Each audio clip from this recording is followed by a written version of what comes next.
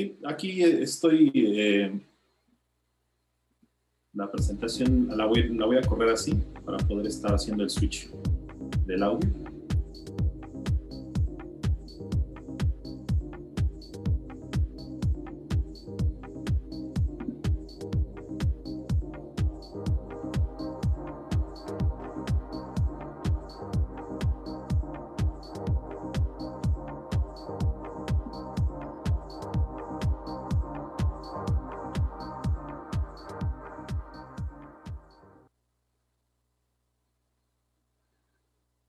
Perfecto. Hola, ¿qué tal? Buenos días a todos. Yo soy Edgar. Seguramente ya leyeron, escucharon algo de mí. Vamos a tratar de hacer esto lo más dinámico posible porque condensar una presentación de un tema tan extenso como lo es la creatividad digital y las redes sociales, todo esto, bueno, pues es una labor titánica, así que bueno, voy a tratar de ser lo más breve posible. Digo, como sabrán, yo soy docente en simulador de vuelo, que es una escuela de publicidad y creatividad que ya tiene más de 10 años formando a creativos publicitarios. Allí, bueno, pues tengo el honor de ser colaborador e instructor junto con grandes amigos y gente del mundo de la publicidad. Yo tengo ya más de 20 años trabajando. Esto es algo de mi trayectoria profesional, estando en algunas de las agencias digitales más importantes de México. Por ahí pasé incluso por Estrategia Digital Nacional, trabajando para gobierno. Actualmente, bueno, pues me desempeño como un creativo publicitario independiente con un proyecto que se llama Yo Creador.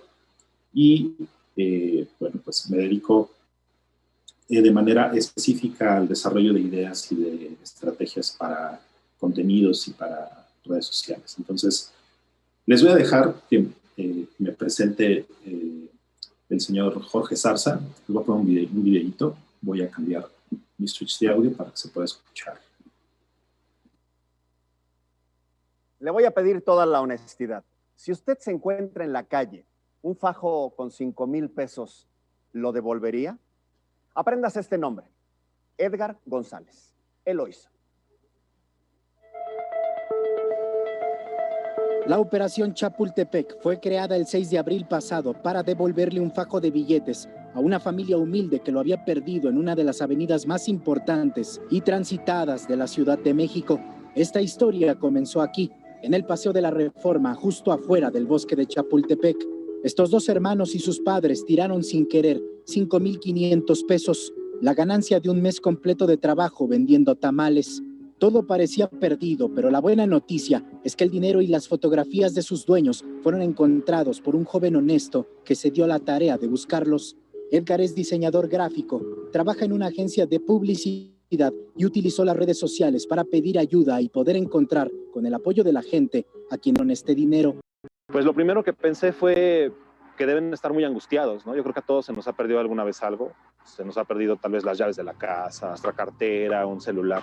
Y pues siempre es como tu sueño guajiro es encontrarlo. Y es que hubiera una persona que lo haya encontrado y que su primer pensamiento no haya sido me lo voy a quedar, sino voy a hacer todo lo posible por encontrar al dueño de esto. Cuando Edgar se encontró el dinero y publicó esta campaña para devolverlo, su mensaje fue compartido en Facebook 20,000 veces y en Twitter poco más de 1,300. La operación Chapultepec, como él la llamó por la zona donde todo ocurrió, logró su cometido en menos de 24 horas. Edgar encontró a la familia y en el mismo lugar donde todo ocurrió le entregó el dinero a uno de sus integrantes. Incluso mucha gente en redes sociales me lo dijo. Me decían, qué estúpido eres, ¿por qué no te lo quedaste? Yo me lo hubiera quedado. ¿Qué te motivó a hacerlo? Pues porque es lo correcto. Y nos debe motivar cada vez más a los mexicanos a hacer lo correcto. Como podrán ver, aquí está la bolsita con el fajito de billetes. Digo, tal vez no sea una gran cantidad, güey, pero pues, obviamente es una lana que ayuda y bueno, pues hacemos la entrega oficial. Así fue como la familia Flores, que prefirió no salir directamente en cámaras, recuperó su dinero, no sin antes agradecerle a este joven su gesto de amabilidad y honradez, que les ha quitado un gran peso de encima. Rubén Mendoza, Azteca Noticias.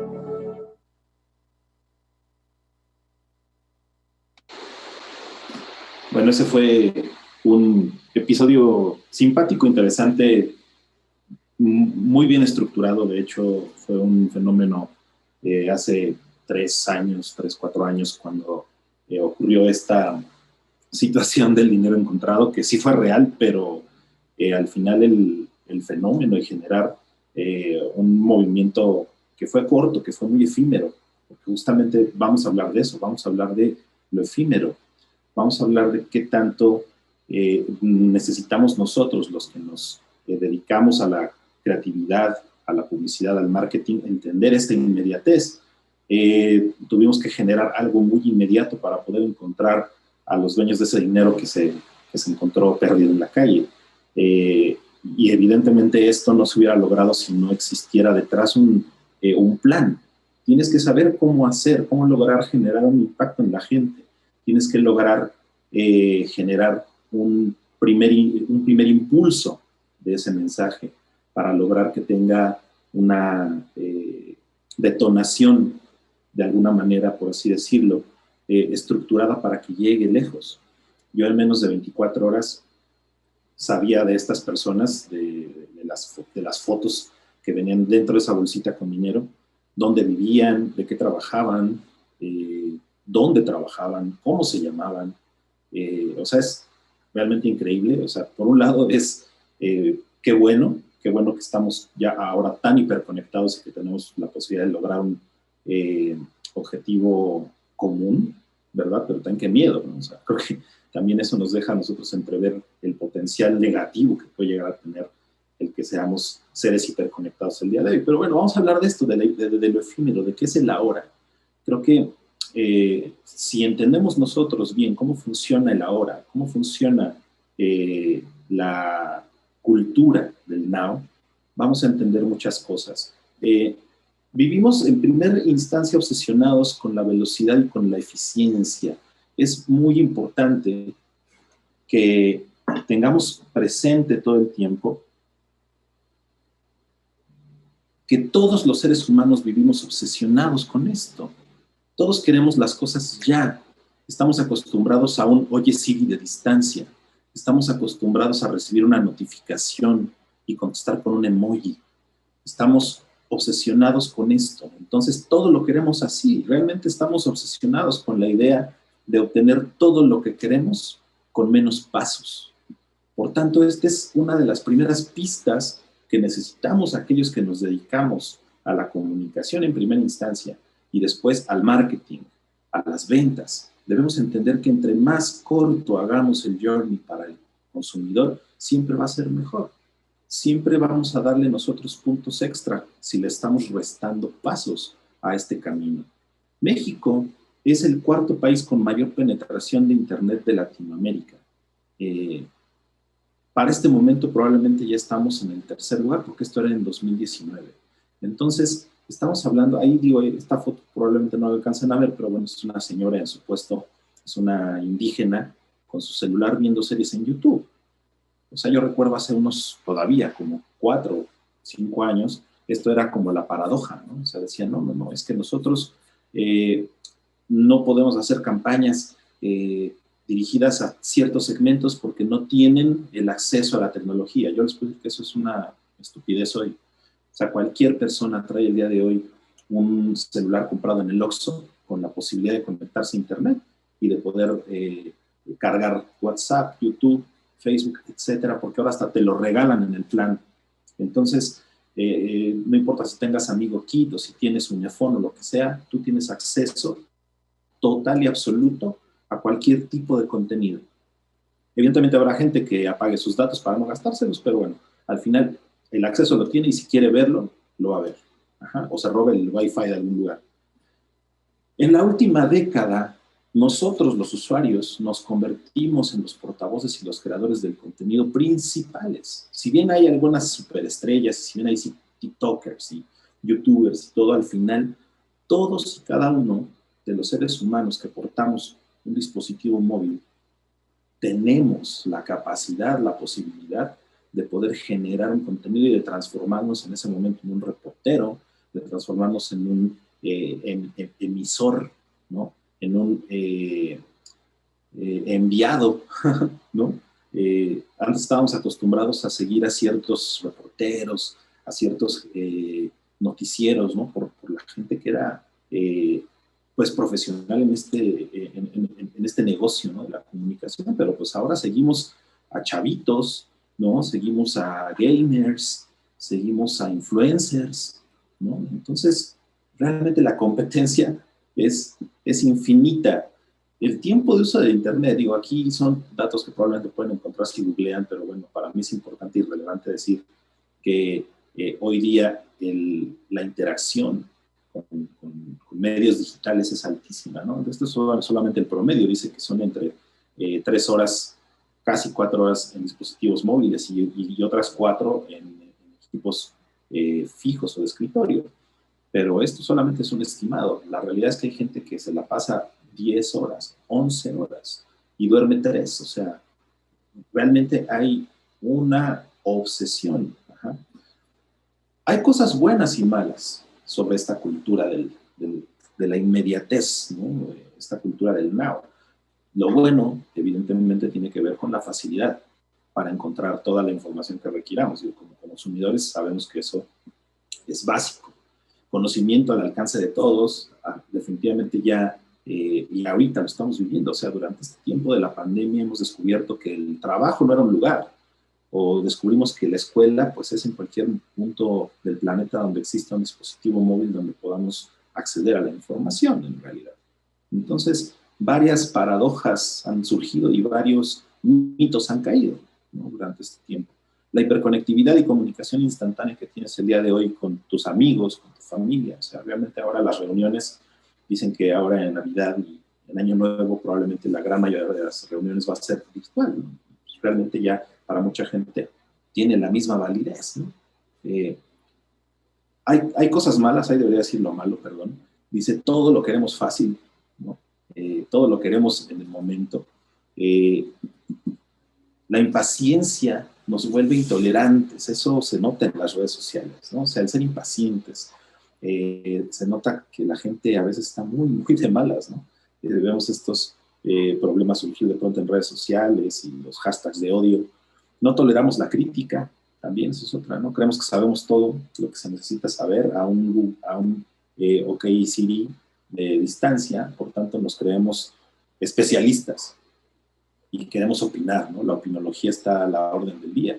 Realmente la libertad que nos da la red social y aparte, en muchos casos, el ser anónimos, ¿no?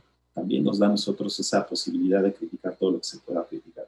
La incapacidad de solución a problemas complejos también, ¿no? Nos pasa ahora que en esta cultura de la inmediatez no nos gusta complicarnos la vida, por tanto ya no queremos estudiar cosas difíciles, ya no queremos encontrar soluciones complejas a los problemas. Todo lo queremos rápido, todo lo queremos así, o sea, no queremos gastar más neuronas, ni tiempo, ni datos. Y al final, creo que también una de las cosas más malas y que pues durante la pandemia lo hemos también experimentado muchos, es la ansiedad y el estrés, ¿no? O sea, estar hiperconectados también nos genera esta sensación, ¿no? de la información que nos sobrecoge y nos genera una ansiedad enfermiza en muchos casos. Esta cultura, al final, nos está exponiendo ante una visión muy distorsionada de la realidad. ¿Y qué mejor para explicar la visión distorsionada de la realidad que los algoritmos? Vivimos una realidad algorítmica. ¿A qué se refiere esto? Vivimos en una sociedad totalmente influida por estímulos que muchas veces no tienen nada que ver con la realidad. Estamos acostumbrados a ver fotos filtradas, estamos acostumbrados a ver efectos visuales en películas, estamos acostumbrados a ver todo maquillado. Entonces, muchas veces ya ni siquiera la voz que escuchamos en una canción, ¿no? O sea, está truqueada, está autotuneada, por tanto, estos estímulos que son supernormales, y por supernormal me refiero a que son sobrenormales, no son realmente humanos. Y los algoritmos son exactamente eso. Los algoritmos son filtros, son operaciones matemáticas que nos dan a nosotros lo que queremos ver, básicamente. Entonces, una buena definición. Les voy a poner un video que explica muy bien esta cultura en la cual nos vemos inmersa y justamente esta realidad algorítmica.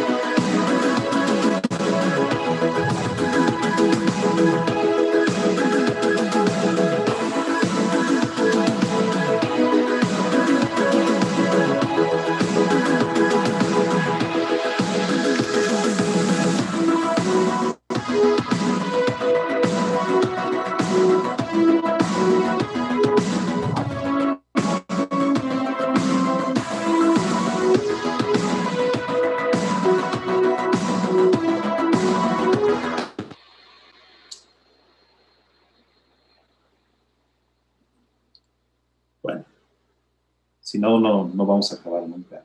Creo que, nos podemos ver reflejados en todas esas historias que estábamos viendo al final. Todas están interconectadas. Y nos habla de una manera muy ilustrativa y podríamos llamarlo hasta cómica, de cómo nos gusta pretender, cómo nos gusta hoy, pues, decir que somos algo que no somos, ¿no?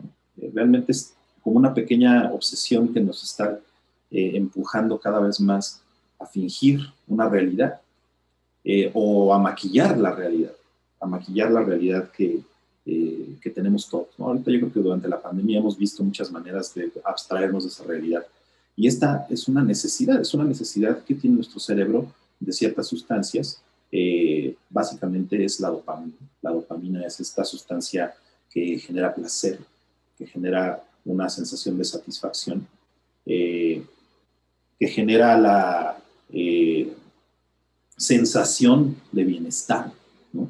Y que, bueno, pues esta dopamina nos la genera automáticamente el cerebro ante ciertos estímulos. Entonces, bueno, sabemos nosotros perfectamente que las redes sociales ofrecen este placer inmediato, ¿no? Esta sustancia, la dopamina nos la genera un like, nos la genera un comentario que nos dejan a nosotros en nuestras fotos, y esto, bueno, se vuelve una cosa de nunca terminar. Ahora, es muy interesante ver que sí existe una intención detrás de esto, sí existe la intención detrás de la gente que está programando los fierros de una red social para poder generarnos a nosotros estos sentimientos. Al final estas sustancias se traducen en sentimientos y la gente que trabaja detrás de la experiencia del usuario de las redes sociales lo tiene en mente. Aquí les voy a poner solo un pedacito de un video donde nos explican qué hay detrás de los fierros de Facebook. Les voy a poner con audio.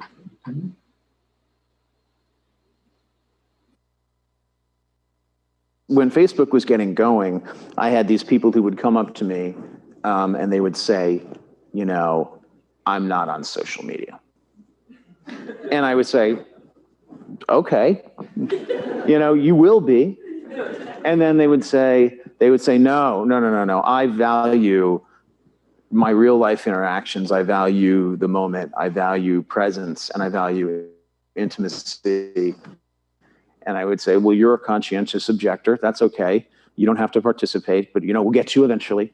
and like, I don't know if I really understood the consequences of what I was saying.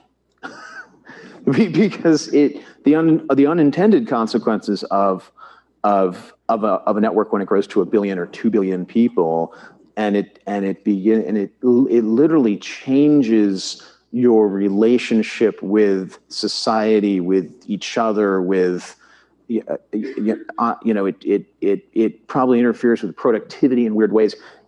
God only knows what it's doing to our children's brains. If the thought process that went into building these applications, Facebook being the first of them to really understand it, that thought process was all about how do we consume as much of your time and conscious attention as possible.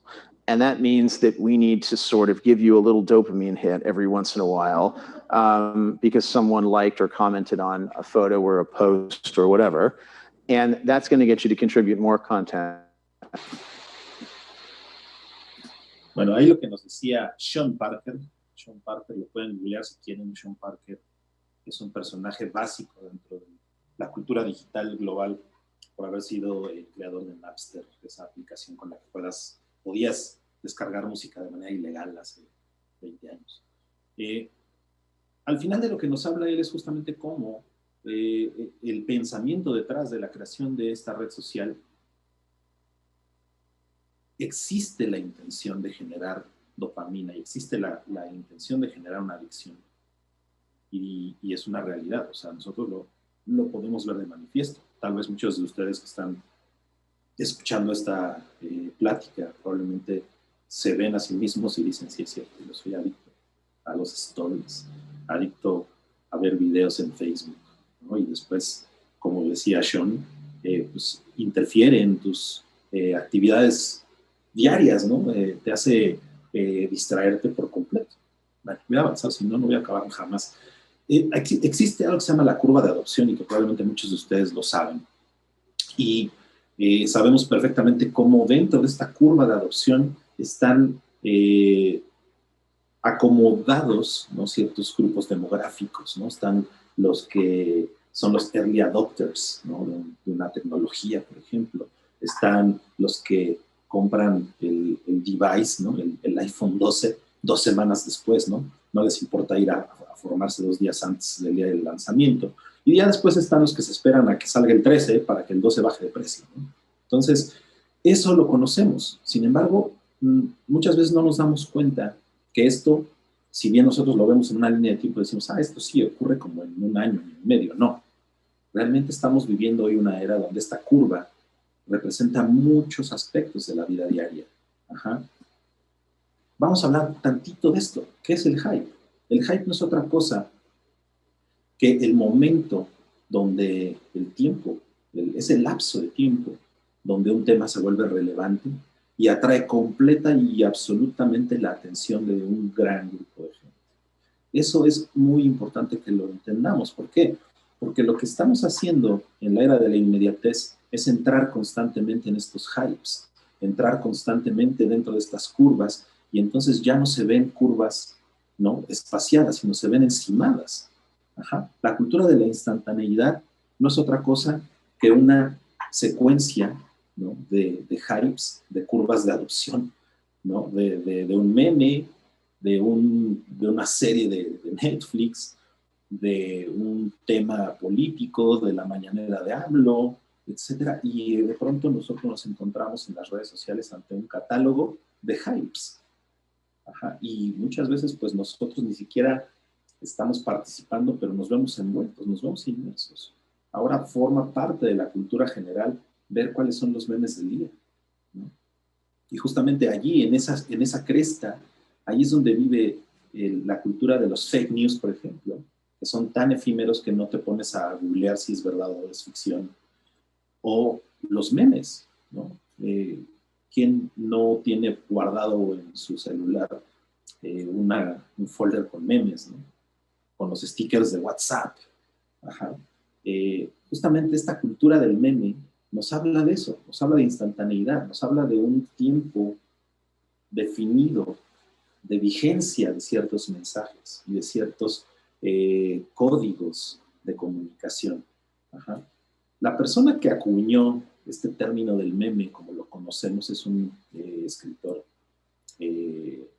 llamado Richard Dawkins. Richard Dawkins es este hombre que aquí me gusta porque es como memeception, ¿no? Dice que llamar a los memes memes es un meme en sí mismo. Y tiene toda la razón. Nosotros le comenzamos a llamar memes a los memes relativamente hace poco tiempo, no tiene siquiera 10 años. Antes de eso, realmente no tenían un nombre técnico definido.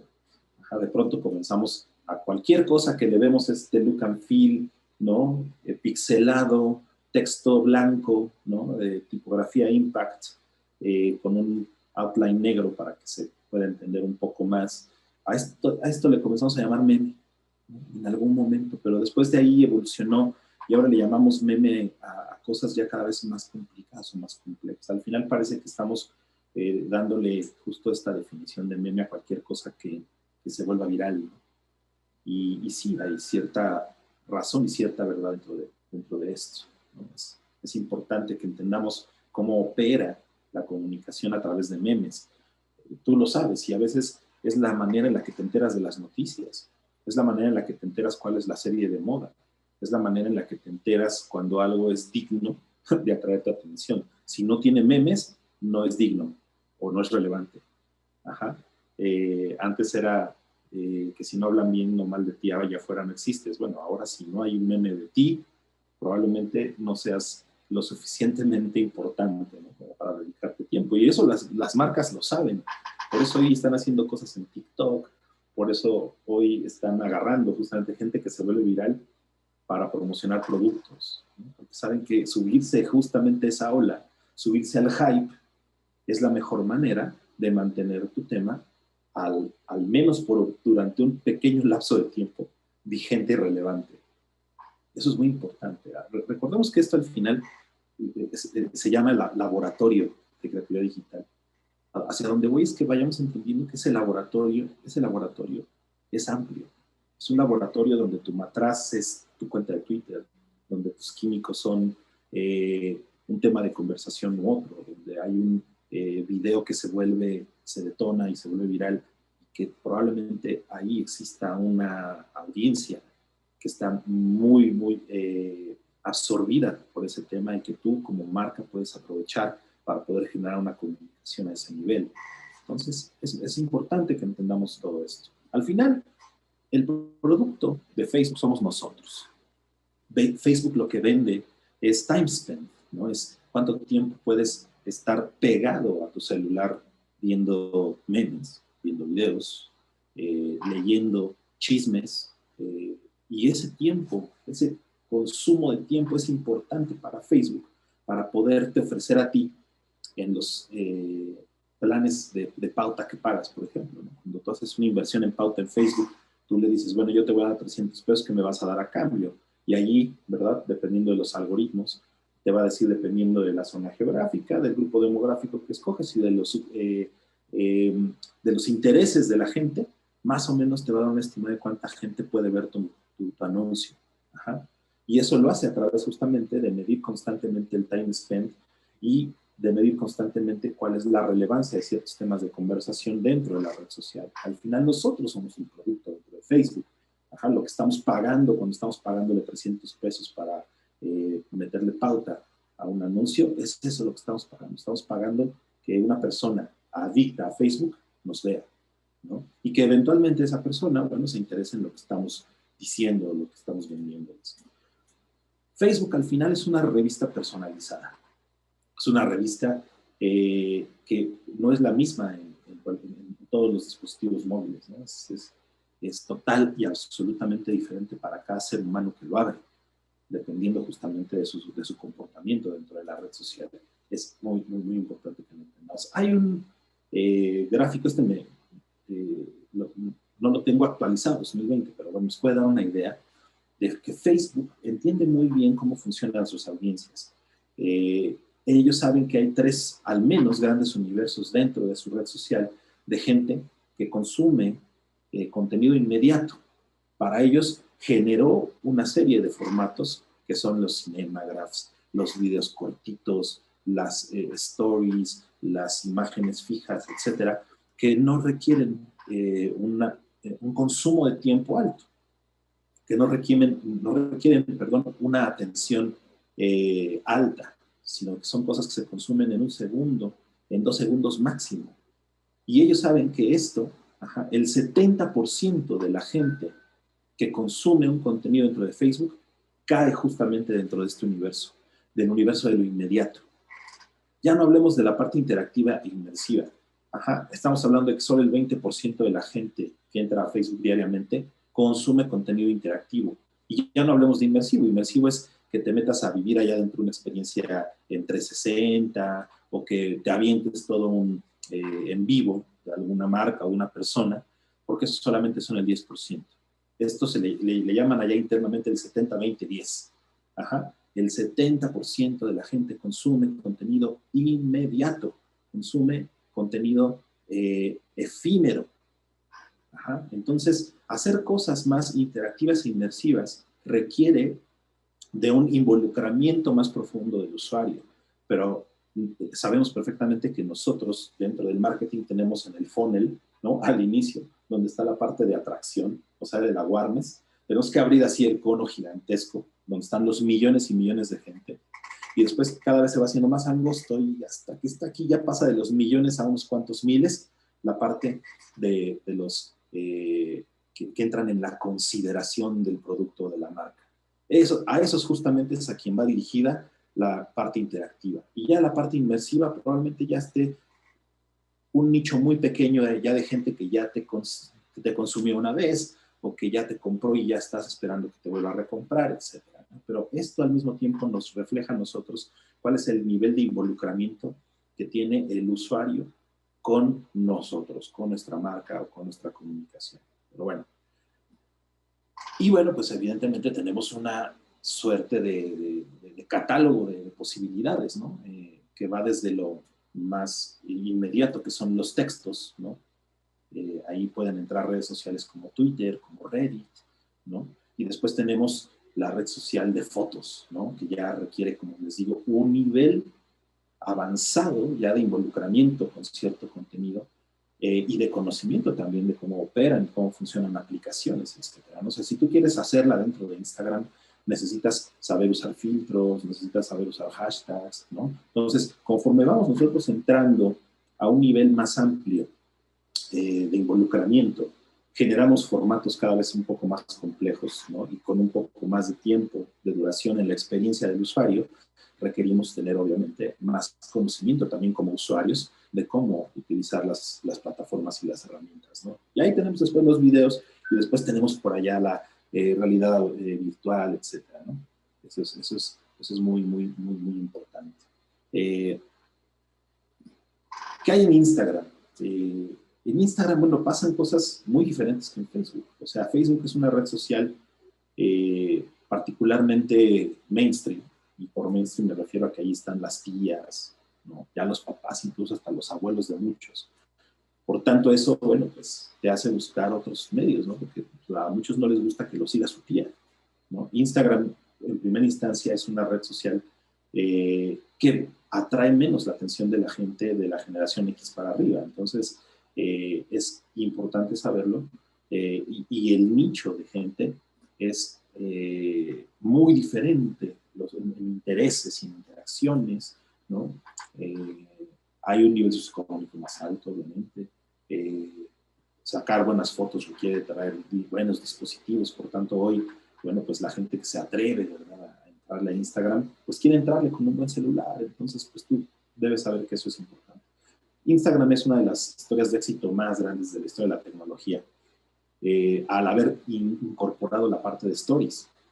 Ustedes recordarán que Snapchat originalmente era el medio número 1 en esto de los contenidos efímeros, pero de pronto Instagram dijo, bueno, pues yo voy a sacar mi propia herramienta, voy a incorporar stories dentro de la plataforma y lograron duplicar la cantidad de usuarios en menos de 6 meses.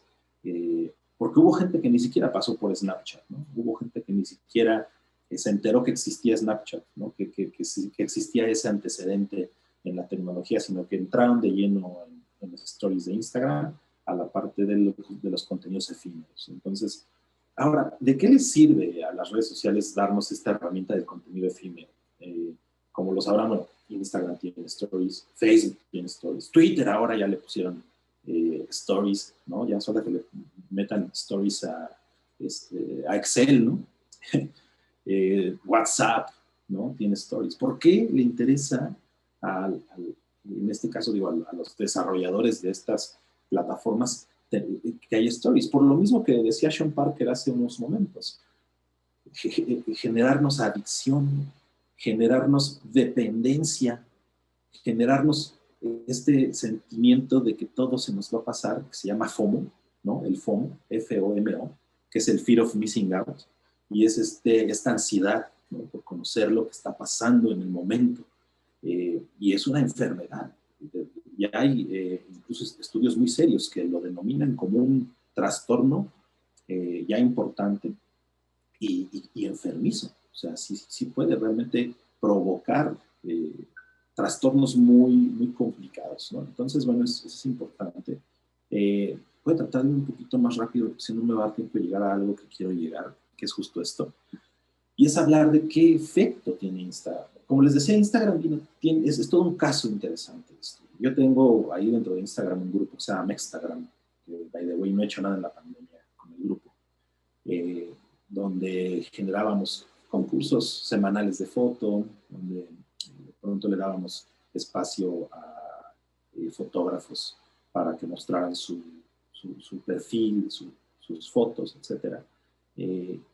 Y bueno, ha cambiado mucho, ¿no? Eso yo lo comencé a hacer por ahí de 2012 y hasta hace un año, pues yo seguía administrando este perfil de Instagram, hasta que me di cuenta que cambió mucho Instagram, o sea, cambió muchísimo y de pronto se nos llenó de influencers, se nos llenó de gente que pretende, de gente que actúa, de gente que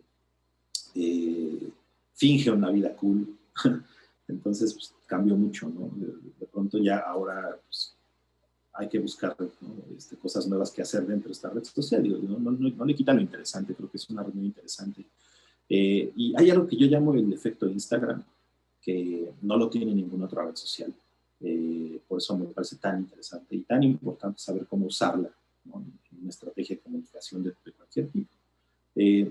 Ahí sabemos, por ejemplo, que el 90% de la información que guardamos es visual los seres humanos, por tanto, Instagram tiene muchos puntos extra por sobre cualquier otra red social, que es 60 veces más fácil retener una información visual que el texto, ¿no? Entonces, es cierto que una imagen dice más que 1000 palabras. Eso es muy, muy cierto dentro de Instagram, que incrementa la recordación de mensajes, que detona emociones, acciones y comportamientos, eso también es muy cierto, y que despierta, ojo a esto, deseo, curiosidad y necesidad. Sabemos que ver una foto de, pues, no sé, en el caso de yo, de manera personal, si veo una foto de algo tecnológico, lo quiero. Yo soy muy de ver objetos, de gadgets que se ven bien y por cómo lucen los quiero. Y pues ya no digamos las personas que ven zapatos y en ese momento se enamoran de ese zapato, se enamoran de esa bolsa, realmente despierta deseo. Por eso es una red social tan importante para la industria de la moda, para la industria del maquillaje, para la industria en este momento yo creo que hasta del turismo, ¿no? O sea, sabemos hoy que este concepto nuevo que se llama Instagramability, ¿no? Es un término acuñado recientemente, define estas características que ahora busca la gente para poder comprar algo, para poder irse de vacaciones, y si es instagrameable, lo compro. Ajá, así de simple. Este efecto de Instagram genera diferentes reacciones, ¿no? En este caso, por ejemplo, la empatía. Genera mirroring, que es esto, el mirroring significa que nosotros podemos prever el efecto que va a tener una imagen sobre un grupo de gente, y es el mismo efecto. O sea, toda la gente, por ejemplo, se va a derretir de ternura ante la foto de un gato. Y eso es mirroring. Mirroring es saber que yo tengo 30 millones de personas dentro de esta red social que se van a derretir al ver la foto de este gato o de este perro. Ajá. Por tanto, bueno, las marcas, cuando lo saben usar, realmente, bueno, pues generan un impacto profundo. Dopamina, ¿no? Hablamos, ya le dedicamos un buen rato a hablar de la dopamina. En este caso, Instagram es una de las redes sociales que genera la mayor cantidad de dopamina. Ajá. Y evidentemente esto genera engagement. Ajá. ¿Cuántos de nosotros no seguimos a cierto influencer que nos gusta, a cierta chica que nos atrae, ¿no? Y a diario le dedicamos sus 2-3 minutos en ver sus stories y en ver su feed. ¿Por qué? Pues porque ya nos generó adicción, así de simple, ¿no? La instagramabilidad de la que hablábamos, ¿no? Ahora es uno de los factores más importantes, al menos en este caso de la generación de los millennials, para poder tomar una decisión de compra, ¿no? Si es instagrameable mi gadget, lo compro. Si es instagrameable mi chamarra, la compro. Si es instagrameable la ciudad, me voy de vacaciones. La instagramabilidad sí es uno de los factores más importantes a considerar el día de hoy para el marketing. Permítanme un segundo.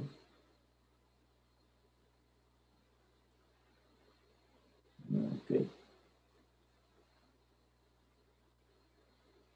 Bueno, voy a tratar de apurarme porque me están haciendo llegar algunas preguntas. Entonces, voy a tratar de avanzar muy rápido sobre esta parte, hablando justamente del FOMO, que les hablaba hace un momento. El FOMO es una de las cosas más oscuras, podríamos llamar, ¿no? Porque las grandes corporaciones de las redes sociales lo saben, y saben que nos producen FOMO, ¿no? A muchos de nosotros, a los que tenemos cierta facilidad para caer dentro de los hilos, ¿no? De las historias, ¿no? Somos seres consumidores de historias, por tanto, nos enganchan fácilmente, ¿no? Con historias. Eso lo sabe, por ejemplo, el presidente, y por eso hace mañaneras todas las mañanas, para engancharnos y dictar agenda. Eso lo sabe Nike, por eso genera comerciales tan específicos y tan dirigidos a ciertos nichos, ajá, para poder generar justamente este gancho, este engagement con ellos. Eso es muy importante. Y el FOMO es un nivel superlativo, supernormal de atracción y de engagement. Es un motor constante, es algo que no podemos ignorar, ¿no? Y nos hace seguir a la multitud, nos hace ser borregos, nos hace ser seres dependientes de los fenómenos. Ajá. Necesitamos estar al día, necesitamos saber qué está pasando, necesitamos subirnos a este meme, necesitamos subirnos a este hashtag. Ajá. Esto explica muchos fenómenos el día de hoy.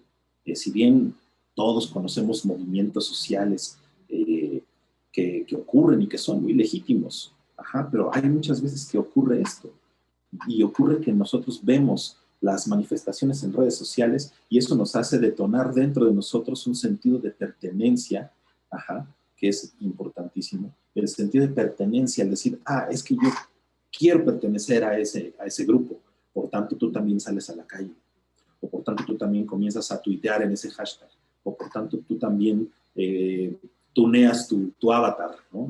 en Facebook. Ajá.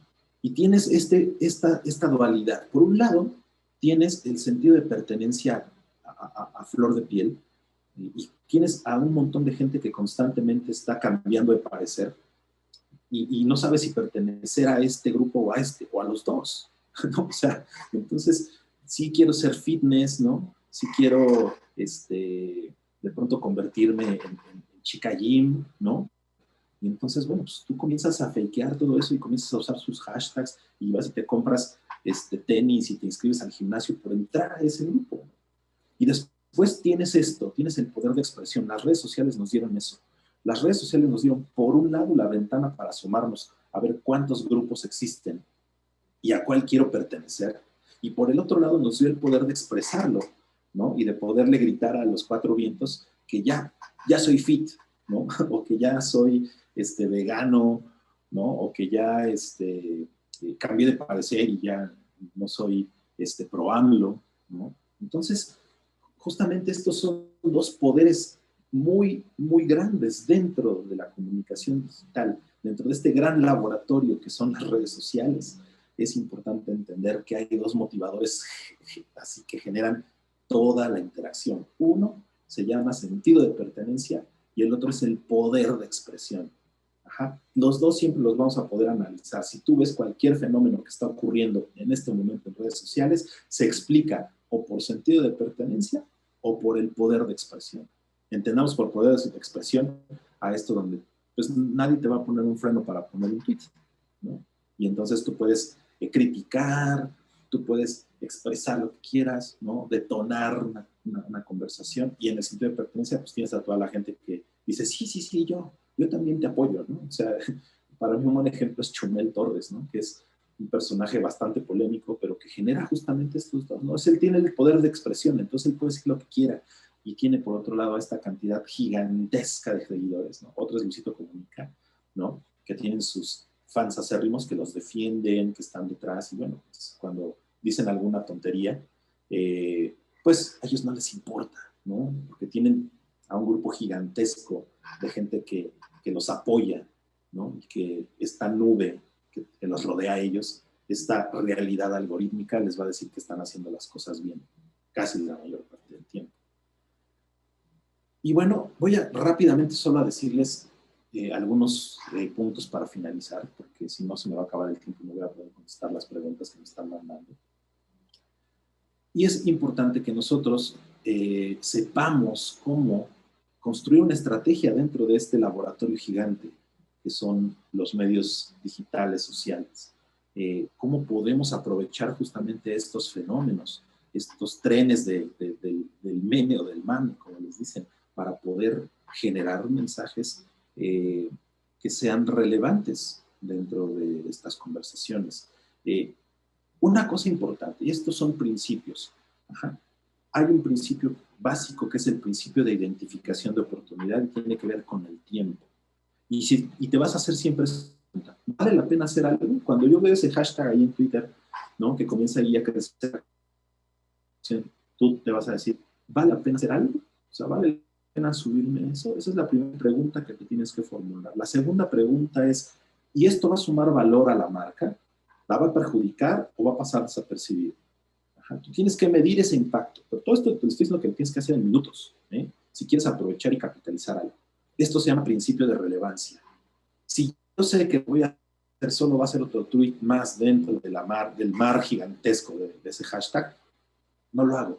Si sé que tengo yo algo interesante que decir, como por ejemplo lo que hizo ayer Grupo Salinas.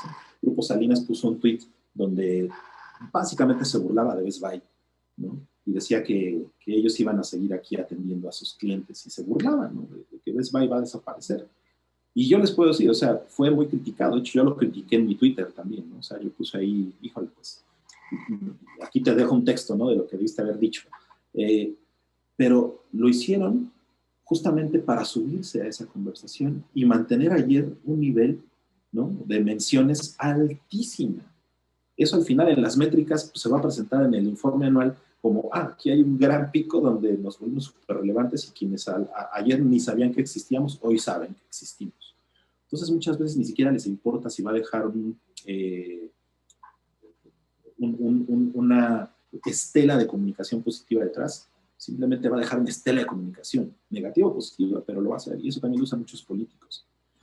Después hay un principio que se llama el principio de adaptabilidad, donde tú tienes que saber qué tipo de contenido vas a poder generar para diferentes medios o para diferentes segmentos.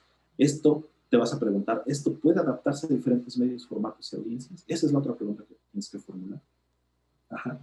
Si lo puedes hacer, si tienes la posibilidad, entonces pasas al siguiente principio, y es el principio de la interacción, ¿no? Que es, vamos a generar una conversación y te vas a preguntar, ¿estamos dispuestos a contender ahí con los usuarios, a pelearnos, a conversar, moderar. Estamos dispuestos a hacer eso, estamos dispuestos a asumir las consecuencias. Eso seguramente lo pensaban los de Grupo Salinas, ¿no? A ver, estamos dispuestos a recibir los ataques porque nos van a atacar, ¿eh? Nos van a decir que nos estamos burlando y todo eso, y seguramente alguien allá dijo, no importa, no importa. Vamos a ser firmes, no vamos a borrar el tweet, no vamos a emitir ninguna disculpa. Ajá. ¿Por qué? Porque el segmento al que vamos dirigidos hasta nos va a aplaudir, ¿no? Y los resultados, ¿no? Siempre hay que ser muy conscientes de este principio, y es el principio de la capitalización de la comunicación. ¿Cómo vamos a capitalizar? ¿Qué nos va a dejar? Nos va a dejar reputación, nos va a dejar menciones, nos va a generar leads, nos va a generar polémica, ajá, nos va a reposicionar. ¿Qué vamos a lograr? ¿No? Entonces, son 5 principios muy básicos de la capitalización de estos fenómenos y de estos temas de conversación, de los fenómenos virales y de todo lo que está ocurriendo, ¿no? En este gran laboratorio que es los medios digitales y sociales. Entonces, bueno, yo hasta aquí llego. Pensaba también mostrarles por ahí unos ejemplos de creatividad de la era de la pandemia para que los analizáramos, pero ya no nos va a dar tiempo.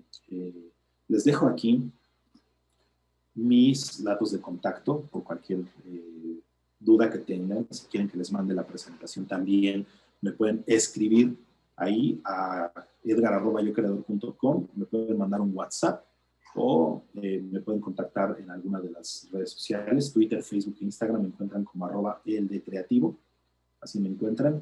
Si quieren que amplíe su información de esta charla, o si quieren que les mande la presentación, con todo gusto lo hago si me contactan. Entonces, bueno, voy a pasar a leer algunas de las preguntas que me mandaron. A ver, voy a leerlas.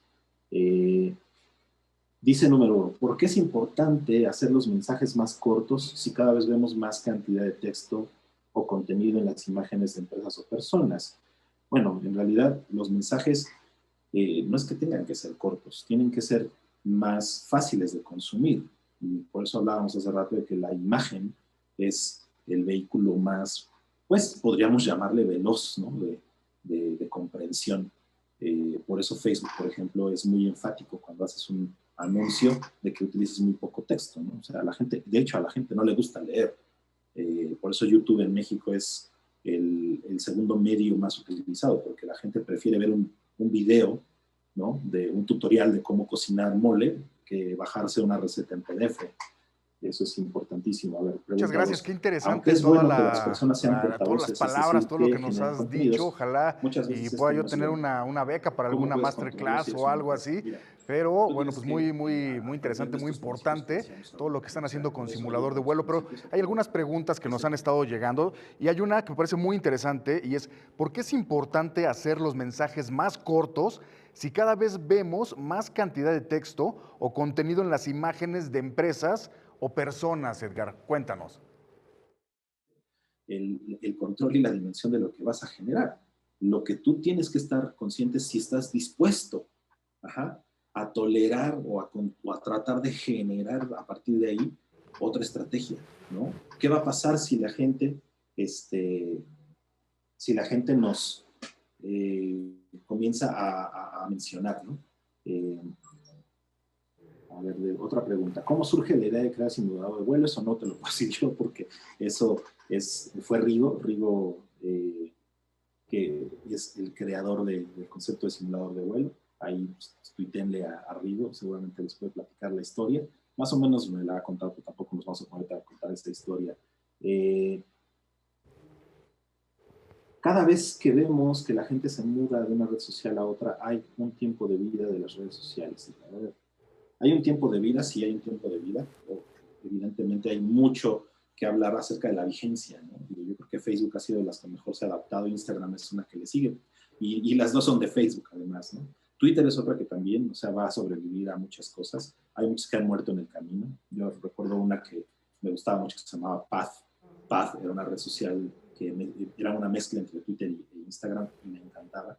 Pero pues al final no atrajo la atención de mucha gente, o era muy de nicho, o sea, era como para gente artística y eso, entonces la fueron dejando morir. Es muy triste eso. ¿Qué otra pregunta tenemos? Otra pregunta, ¿por qué es importante hacer los mensajes más cortos? Ah, no, esto ya me lo habían preguntado. A ver, déjame ver entonces. Ok. Bueno, a ver, ya tiene alguien algo que decir. A ver, yo soy todo oídos. Aquí ya puedo escucharlos. A ver quién tiene algo que preguntar.